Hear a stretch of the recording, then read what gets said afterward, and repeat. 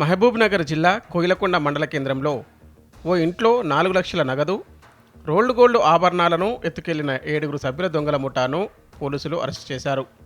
కోయిలకొండ మండల కేంద్రానికి చెందిన వ్యాపారి అబ్దుల్ అజీజ్ వద్ద పనిచేసిన వడ్డెన్న కొంతకాలంగా రియల్ ఎస్టేట్ వ్యాపారం చేస్తూ దొంగతనాలకు ప్లాన్ వేశాడు.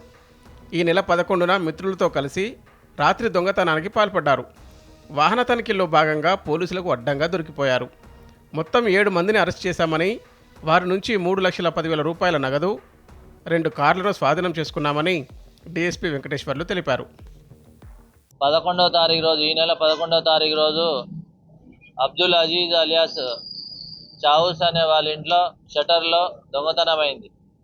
ఆ షటర్ లిఫ్ట్ చేసి షటర్లో ఉన్న 4 లక్షల రూపాయలు ప్లస్ ఈ బంగారం పోయిందని చెప్పి మనకు దరఖాస్తు ఇవ్వడం జరిగింది. దీనిపై మా వాళ్ళు, మా సిఐ గారు, గ్రేవ్ కేసు కాబట్టి సిఐ గారు, ఎస్ఐ గారు అందరూ ఎంక్వైరీ చేస్తుంటే ఈరోజు 10 గంటలకు కేశవపూర్ క్రాస్ రోడ్ దగ్గర మాకు ఒక 2 కార్లలో 7 మంది పోతుంటే అనుమానం వచ్చి పట్టుకొని ఎంక్వైరీ చేయడం జరిగింది.